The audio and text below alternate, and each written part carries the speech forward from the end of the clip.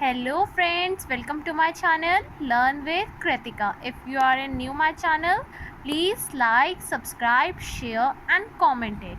Okay so आज का हमारा हिंदी व्याकरण का टॉपिक है उपसर्ग और प्रत्यय. ठीक है, तो अभी ये हमारी पार्ट 1 की वीडियो है. इस पे हम जानेंगे उपसर्ग क्या होते हैं. नेक्स्ट पार्ट 2 की वीडियो में हम जानेंगे प्रत्यय क्या होते हैं. ठीक है, तो शुरू करते हैं.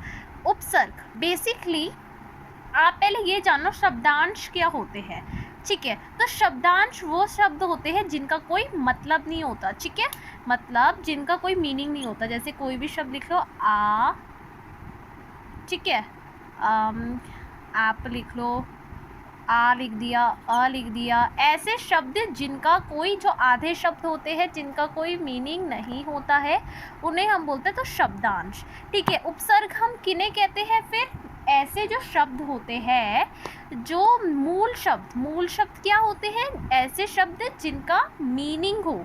ठीक है, जैसे मूल आप ऐसा भी नहीं कोई भी आप शब्द लिख दोगे. ऐसा शब्द जिसका कोई मीनिंग हो उसे हम बोलेंगे मूल शब्द. ठीक है, तो ऐसे वर्ड्स जो मूल शब्द के आगे लगते हैं और वो पूरा वर्ड बन जाता है. देखो यहाँ पे हमारा लगेगा मूल शब्द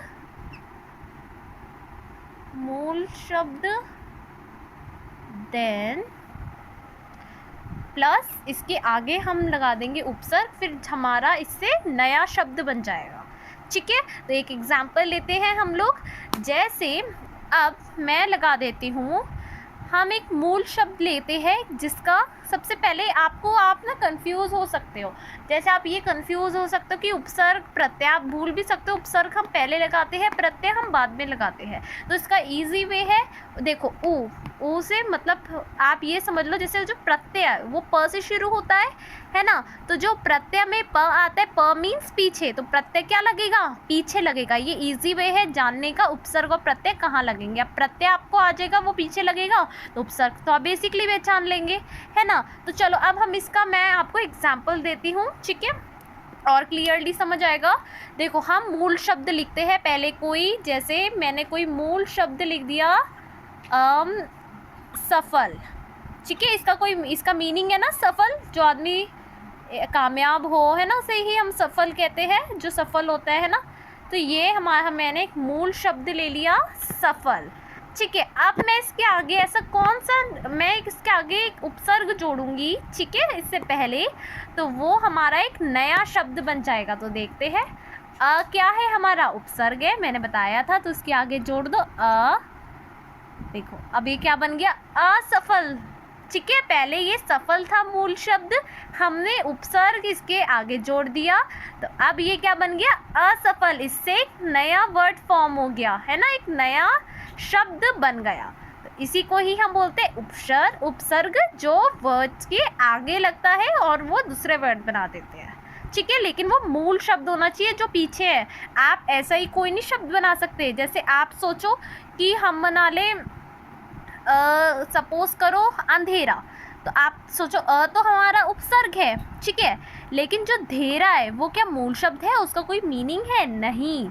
तो ऐसे वर्ड बनाओ जिसका वो जो मूल शब्द हो उसका मीनिंग हो, तो उसके आगे उपसर्ग जुड़ के वो बनेगा उपसर्ग. आया समझ. अब हम चलते हैं पार्ट 2 की वीडियो में, जो कि है प्रत्यय. हेलो फ्रेंड्स, ये है आपकी पार्ट 2 की वीडियो जिसमें हम जानेंगे प्रत्यय क्या होते हैं. ठीक है, पार्ट 1 की वीडियो में हमने जाना था उपसर्ग क्या होते हैं, इसमें हम जानेंगे प्रत्यय क्या होता है. ठीक है, जैसे कि मैंने आपको बताया था, आप कैसे अगर आप भूल जाए तो आप एक ट्रिक याद रख सकते हैं. प से प्रत्यय, प से पीछे. तो आप ये ध्यान रख सकते हैं जो मूल शब्द के जो पीछे जो शब्द लगते हैं वो उससे हमारा शुरू होता है प्रत्यय. ठीक है, और फिर जो बच गया मतलब वो आगे से होते हैं. ठीक है, ये मैंने आपको पहली वीडियो में बता दिया था.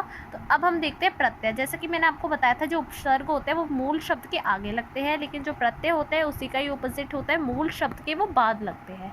आया समझ. मूल शब्द मैंने आपको क्लियर कर दिया था उपसर्ग में. ठीक है, और प्रत्यय भी मैंने आपको थोड़ा थोड़ा उसमें बता दिया था, है ना. चलो अब हम एक एग्जाम्पल लेंगे. जैसे मूल शब्द, हम कोई मूल शब्द करते हैं, जैसे मैं करती हूँ सुंदर. ठीक है, मैं एक मूल शब्द ले रही हूँ सुंदर. Got it. मैंने एक मूल शब्द ले लिया क्या, सुंदर। आया समझ? अब मैं इसके पीछे क्या प्रत्यय लगाऊं कि मेरा ये एक न्यू वर्ड बन जाए, तो देखते हैं। तो अब हम इसके पीछे लगाएंगे ता, तो ये क्या बन जाएगा? सुंदरता। तो जो आपका जो ता होगा लास्ट पे वो होगा आपका प्रत्यय, क्योंकि हम वो मूल शब्द के पीछे लगा के हमारा एक नया वर्ड बन गया है ना, तो वो होगा हमारा क्या? प्रत्यय। ठीक है, तो हम इसमें ता जोड़ देते हैं, सुंदरता बन गया ना नया शब्द। ठीक है, तो समझ आ गया उपसर्ग और प्रत्यय। उपसर्ग जो मूल शब्द के पहले लगते हैं और प्रत्यय जो मूल शब्द के बाद लगते हैं। आया समझ? So thank you for watching my video. मिलेंगे नए व्याकरण के टॉपिक के साथ, तो तब तक के लिए बाय बाय।